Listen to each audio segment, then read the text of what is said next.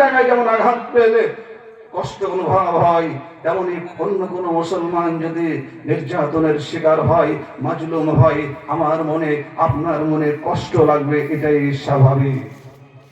এই জন্য আল্লাহ তাআলা বলছেন, ইন্নামাল মুমিনুনা ইখওয়াতুন ফাসলিহু বাইনা আখাওয়াইকুম।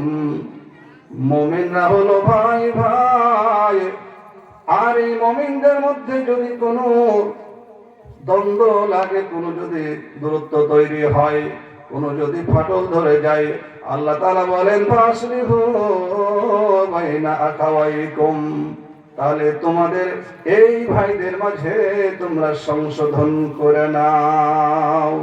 তাহলে মুসলমানদের মধ্যে কোনো বিভেদ, কোনো দূরত্ব রাখা চলবে না। যদি কোনো কারণে ভুল বুঝাবুঝি হয়,